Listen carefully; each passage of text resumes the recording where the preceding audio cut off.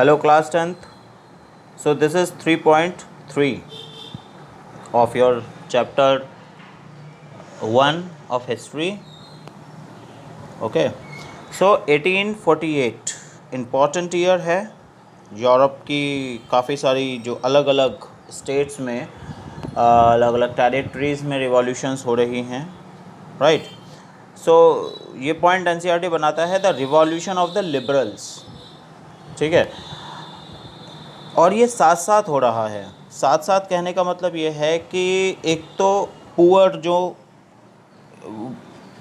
एक ग्रुप है अनएम्प्लॉयड, एक स्टार्विंग पीजेंट्स हैं, ठीक है, and the workers in many European countries in the year 1848 the revolution led by the educated middle class was underway। दो चीज़ें सामने आई, कौन है? एक तरफ तो poor unemployed labour class starving peasants, है ना, भुखमरी से बहुत ज़्यादा परेशान हो गए हैं वो, ठीक है, वो लोग हैं। और दूसरी तरफ एक और ग्रुप खड़ा हुआ है, ये भी रिवॉल्यूशन कर रहा है, वो है educated middle class, elite group है, पढ़े लिखे लोग हैं, मोस्टली प्रोफेशनल्स हैं, लॉयर्स भी हैं, डॉक्टर्स भी हैं और छोटे बिजनेसमैन भी हैं, राइट। तो ये लगातार काम कर रहे हैं। जो पुअर सेक्शन लेबर क्लास का रिवॉल्यूशन है वो रिवॉल्यूशन है कि हमारे ऊपर से सिर पे से जो सर्फडम है ना, एक ज़मींदारी वाला जो सिस्टम लगा रखा है, टैक्सेस लगा रखे हैं, उनको रिमूव करवा दिया जाए, ठीक है। मीन्स क्या हो कि जो एरिस्टोक्रेटिक लॉज चल रहे हैं वो हट जाएं किसी तरह से, राइट। और एक तरफ ये जो एजुकेटेड ग्रुप है, इनके पेट तो भरे हैं, मीन्स इनको नॉर्मली किसी प्रॉब्लम नहीं है, लाइफ की सर्वाइविंग प्रॉब्लम नहीं है, तो इनको चाहिए कि पावर जो है वो पब्लिक के पास में आ जाए, कॉन्स्टिट्यूशनल जो है वो गवर्नमेंट बन जानी चाहिए, ठीक है। तो ये बेसिकली पूरी तरह से चलता रहा यूरोप में, है ना। जैसे आपने अभी पीछे भी पढ़ा कि इसने रिपीट की है लाइन यहाँ पे ना, 1848 में फ्रांस में एब्डिकेशन हुआ, मोनार्की ख़त्म की गई थी, है ना। मोनार्की को ये जो है वो रिपब्लिक एक यूनिवर्सल मेल सैफ्रेज बनाने की कोशिश की गई और वो लगभग हो भी गया था। और बाकी यूरोपियन कंट्रीज़ जिनमें जैसे Germany, Italy, Poland, Austro Hungarian empire, है ना, इसके जो मैन वीमेन हैं जो लिबरल मिडिल क्लास से कंबाइंड हैं, उनकी डिमांड है कॉन्स्टिट्यूशनलिज्म विद नेशनल यूनिफिकेशन। इसको ज़रा माइंड कर लेना वर्ड को, ये कहा गया है constitutionalism with national unification. Constitution हो और नेशनल यूनिफिकेशन होना चाहिए, मीन्स नेशन तैयार हो जाने चाहिए। अब बहुत टाइम हो गया है आपके सत्ता चलते चलते और हमें भी इससे आज़ादी अब चाहिए होगी, राइट। तो इनकी ये डिमांड लगातार चलती रही हैं, इसी के ऊपर रिवॉल्यूशन चलता रहा, ठीक है। तो their demand for the creation of a new nation on parliamentary principles क्या क्या था? कॉन्स्टिट्यूशन उनकी डिमांड थी, राइट। फ्रीडम ऑफ प्रेस उनकी डिमांड में था और फ्रीडम ऑफ एसोसिएशंस, मीन्स वो ग्रुप बना सकें, पार्टीज़ बना सकें और इलेक्शन में पार्टिसिपेशन उनका भी राइट हो। ये मिडिल क्लास जो रिवॉल्यूशन का अपना प्रोपोगेंडा लेके चल रहा था वो था, ठीक है। अब एक यहाँ पर जर्मनी का एग्जाम्पल देता है कि जर्मनी में नेशनल जनरल असेंबली बनाई गई थी, है ना, जर्मन नेशनल असेंबली बनाई गई थी, जो डिज़ाइन किया, है ना। ज़रा इस पैराग्राफ को लाइन टू लाइन देख लेना क्योंकि काफ़ी इम्पॉर्टेंट हो जाता है और इससे का जो है 1 मार्क में क्वेश्चंस आपको मिल जाएंगे, या तो डेट्स के ऊपर या फिर ये जो मेन नाम है जर्मन नेशनल असेंबली, है ना, इसके ऊपर ये कब हुआ, इसमें क्या हुआ था, ठीक है। तो in the German region a large number of political association whose members were middle class professionals, right, businessmen and prosperous artisans came together in the city of Frankfurt and decided to vote for an all German National Assembly। कब कब किया उन्होंने ये, इसके लिए voting 18 मई 1848 को, right. and 831 elected representatives बने उसके, जिन्होंने फेस्टिव प्रोसेशन किया और ये पहुंचते हैं कहाँ पे, फ्रैंकफर्ट पार्लियामेंट, जिसको फ़िलहाल जो है वो चर्च ऑफ सेंट पॉल में बनाया जाना था। मीन्स चर्च बनी हुई है, फ़ोटोग्राफ है, अभी आप अपनी बुक से भी अगर आप बुक लेके बैठे हैं तो उसमें एक फ़ोटोग्राफ देख सकते हैं, पार्लियामेंट बनी हुई है, चर्च के अंदर ही बना दिया था। ठीक है, इतनी जल्दी से नहीं हो सकता था, तो उन्होंने चर्च को ही डिसाइड किया कि ये बिल्डिंग को यूज़ करते हैं हम अपनी पार्लियामेंट्री एक्टिविटीज़ के लिए। ठीक है, इसमें कॉन्स्टिट्यूशन ड्राफ्ट कर दिया जर्मन नेशन के लिए, और जिसका एक हेड जो है वो मोनार्की सब्जेक्ट को बनाया जाना था। ठीक है, और जब इसके डेप्यूटीज़ ने ये क्राउन देने की सोची, किसको सोचा देने का, उनका नाम था mister Friedrich Wilhelm fourth, king of Prussia. ये किंग हैं, इनको ये डिसाइड किया गया कि आप इस जो ये असेंबली डिज़ाइन हो रही है, ये जो पार्लियामेंट बन रही है, इसके हेड बनकर काम करिए। अब यहाँ प्रॉब्लम क्या है, प्रॉब्लम ये हुई कि इस किंग ने इस प्रपोज़ल को रिजेक्ट कर दिया, क्योंकि ये जो बाकी मोनार्च हैं वो अपोज कर रहे हैं, वो भी राजा है, ये भी राजा है।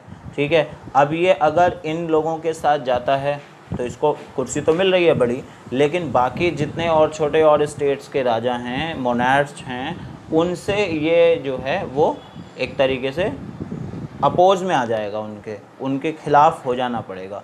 उनके खिलाफ़ होना नहीं चाहता। ठीक है, मीन्स चोर चोर मौसेरा भाई होता है, राजा है तो राजाओं के साथ ही उसी मंडली में रहना चाहता है, मतलब ये है। तो इन्होंने मिस्टर फ्रेडरिच ने ये प्रपोज़ल एक्सेप्ट करने से मना कर दिया। राइट, तो while the opposition of the aristocracy and military became stronger, the social basis of parliament eroded. अब क्या हुआ कि जब सारे एरिस्टोक्रेट एक तरफ हैं, मिलिट्री सपोर्ट उनको मिला हुआ है और वो स्ट्रॉन्ग भी हो गए हैं, तो इस पार्लियामेंट को ख़त्म कर देना पड़ा, है ना। The Parliament was dominated by the middle class, who resisted the demand of workers and artisans and consequently lost their support. अब इसको जो डोमिनेट करने वाले लोग थे, मिडिल क्लास था, जो डिमांड वर्कर्स की रेसिस्ट कर रहा था, तो इनको ख़त्म ही करना पड़ गया। और लास्ट में जब झगड़ा ज़्यादा बड़ा हो गया होगा तो ट्रूप्स को बुलाना पड़ा और इसको डिसबैंड कर देना पड़ा। मीन्स ये पार्लियामेंट बनाने की कोशिश हुई और ख़त्म भी हो गई। ठीक है, आपको याद रखने लायक जो बातें हैं वो क्या हैं कि जर्मन नेशनल असेंबली डिज़ाइन हुई थी 18 मई 1848 को। 831 इसके रिप्रेजेंटेटिव इलेक्ट हुए थे, जिन्होंने फ्रैंकफर्ट पार्लियामेंट नाम रखा था। ठीक है, और चर्च ऑफ सेंट पॉल में इन्होंने इसको स्टेबल करने की कोशिश की थी, लेकिन ये ख़त्म हो गई। मीन्स जो है वो डिसबैंड करवा दी गई, क्योंकि एक सहमति नहीं बन पाई, कोई हेड नहीं बन पाया और लोगों की डिमांड्स जो हैं वो वैसी की वैसी रह गई। राइट, और एक और जो प्रॉब्लम यहाँ पे वो आती है फेमिनिस्ट होने की। मीन्स जो वेमेन ग्रुप है, ठीक है, जितने भी वेमेन हैं उनको पॉलिटिकल राइट्स नहीं दिए गए हैं बहुत लंबे टाइम तक। उनके रिवॉल्यूशन एक अलग स्टेज पे चल गया। अब यहाँ पे भी जब ये असेंबली हुई थी तो जो वेमेन सेक्शन है, जितनी भी महिलाएं वहाँ पे आई हुई थी, उनको सिर्फ जो है वो इस हॉल में एज अ ऑडियंस बैठा दिया गया, स्पेक्टेटर की तरह से वो चारों तरफ बैठ गई थी, है ना। उनको कोई मतलब नहीं था वो कोई डिसीज़न ले सकें, वो वोटिंग राइट नहीं है उनके पास, तो बीच में बोलने का कोई मतलब ही नहीं रह गया, है ना। इन्होंने भी अब क्या किया, वेमेन ने भी अपने पॉलिटिकल एसोसिएशन फॉर्म करने शुरू कर दिए थे। न्यूज़पेपर इन्होंने अपने निकाल दिए, पॉलिटिकल मीटिंग की, डेमोस्ट्रेशंस दिए, ठीक है, झल्लूस निकाले होंगे मतलब कि। तो ये प्रॉब्लम एक और वेमेन सेक्शन की भी जर्मनी में देखने को मिल रही है। राइट, फेमिनिस्ट का वर्ड का मीनिंग यहाँ एनसीईआरटी देता ही है कि feminist the awareness of women's right and interest based on the belief of the social, economic and political equality of the genders, right, means women को भी उतना ही राइट होना चाहिए जितना जो है बाकी सभी को है, मीन्स इक्वालिटी ऑफ जेंडर होना चाहिए। जहाँ हम इक्वालिटी ऑफ जेंडर कहते हैं तो जो मेल सेक्शन को राइट्स मिले हुए हैं सोशली, इकोनॉमिकली और पॉलिटिकली, 3 तरीके के राइट्स होते हैं, राइट। बाकी आप अपने घर बैठेंगे, जब बाहर होते हैं तो सोशल राइट, इकोनॉमिक राइट और पॉलिटिकल राइट होता है, ठीक है। तो ये इक्वालिटी पे होते हैं। तो जो इनके लिए अवेयरनेस है या जो इस सोच को रखता है तो वो ही इंसान फेमिनिस्ट कहा जाता है, फेमिनिस्ट, राइट। तो इक्वालिटी का राइट उनके पास होना चाहिए। ये फ़ोटोग्राफ आप देख सकते हैं यहाँ पे, this is on your screen. ये पार्लियामेंट है, ये चर्च है, और जितने भी ये कॉर्नर्स आप देख रहे हैं इन पिलर्स के पीछे, यहाँ पर फीमेल सेक्शन को बिठाया गया था, इसलिए उनको ये जो असेंबली हो रही है वो बहुत ज़्यादा बुरी लगी कि हमें कोई राइट ही नहीं है और ये हमारे लायक नहीं है जगह और हमें यहाँ से चले ही जाना चाहिए। अब ये वो सोच ही रहे होंगे शायद इन्होंने इतनी बुरी तरह से अपने थॉट्स को क्रिएशन दिया होगा कि असेंबली ही डिसबैंड हो गई, ख़त्म हो गई, राइट। तो ये कंडीशन जो है वहाँ पर हुई। When the Frankfurt parliament convenes in the church St. Paul, women were admitted only as observers to stand in the visitors gallery। कितने सही शब्दों में बेइज्जती करी गई है। Only as observers to stand in the visitors gallery, सिर्फ observer की तरह खड़े होकर वो देख रही होंगी। तो इसलिए इन्होंने भी अपने रिवॉल्यूशन में पार्टिसिपेशन का एक नया ग्रुप बना लिया कि विमेन सेक्शन को भी उतना ही पार्टिसिपेशन, उतना ही राइट होना चाहिए, क्योंकि रिवॉल्यूशन में लगातार वो लोग साथ में मिलकर काम कर रहे हैं, ठीक है, विमेन सेक्शन, राइट। तो अब ये कहानी जर्मन की इतनी यहाँ पे ख़त्म हो जाती है। अब जो बात शुरू होती है एक साइकोलॉजिकल वे में, through conservative forces were able to suppress liberal movements in 1848।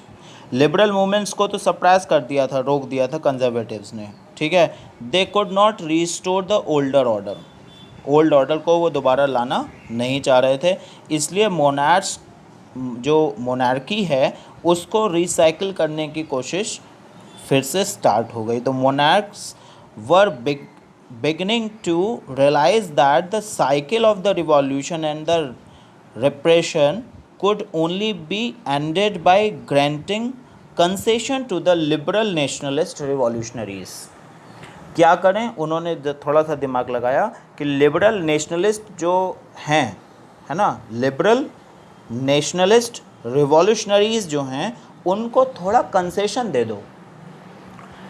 Concession देने से ये हमारी बात मानते रहेंगे। ये जो मोनार्क है ना वो अपना दिमाग लगा रहे हैं, अब ज़रा थोड़ा रिवॉल्यूशन को थोड़ा ढीला करने के लिए, हल्का हो जाए रिवॉल्यूशन, ज़्यादा प्रेशर पड़ रहा है और लोग जो हैं सुनने को तैयार नहीं हो रहे हैं बिल्कुल। तो इन ग्रुप को पकड़ना शुरू कर दिया होगा उन्होंने, है ना, जो लिबरल नेशनलिस्ट रिवॉल्यूशनरीज़ हैं, रिवॉल्यूशन ग्रुप बने हुए हैं जो लिबरल करना चाहते हैं, नेशन बनाना चाहते हैं, ऐसे रिवॉल्यूशनरी ग्रुप, उन्होंने उनको जोड़ना, अपनी तरफ खींचना शुरू कर दिया, मतलब उनकी बटरिंग शुरू कर दी, है ना। और ये बटरिंग करने के लिए क्या करना पड़े कि उनको थोड़ा कंसेशन दो।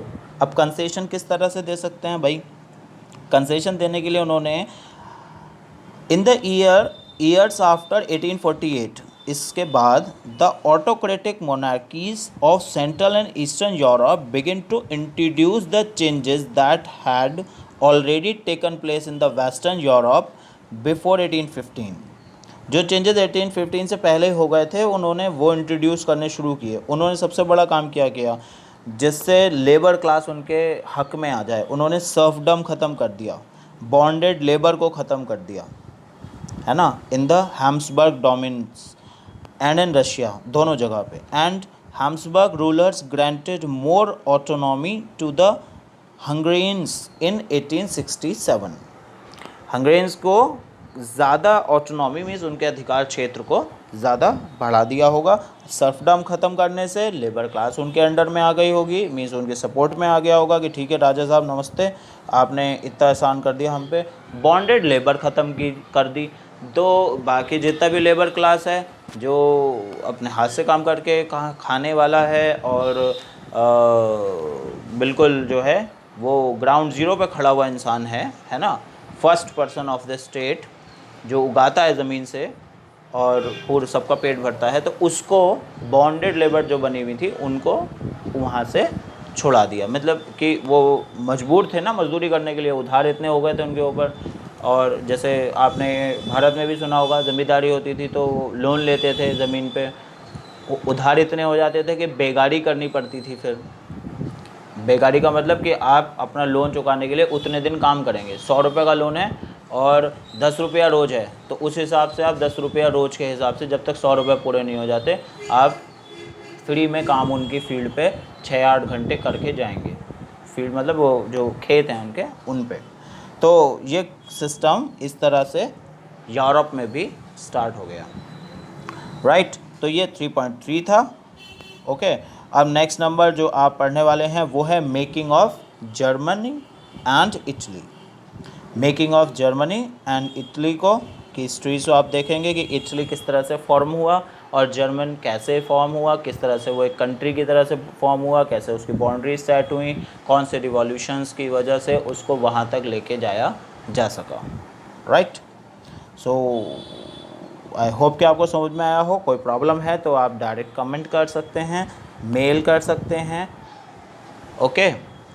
और अगर आपने अभी तक चैनल सब्सक्राइब नहीं किया है तो चैनल सब्सक्राइब कर लीजिए। यूट्यूब पे देख रहे हैं तो सब्सक्राइब कीजिए, बेल आइकन को दबाइए जिससे आपको डेली डोज आपके हिस्ट्री का मिलता रहे और आप अपने कंटिन्यू चैप्टर में चलते रहें, राइट। फेसबुक पे देख रहे हैं तो पेज लाइक कीजिए। Thank you very much.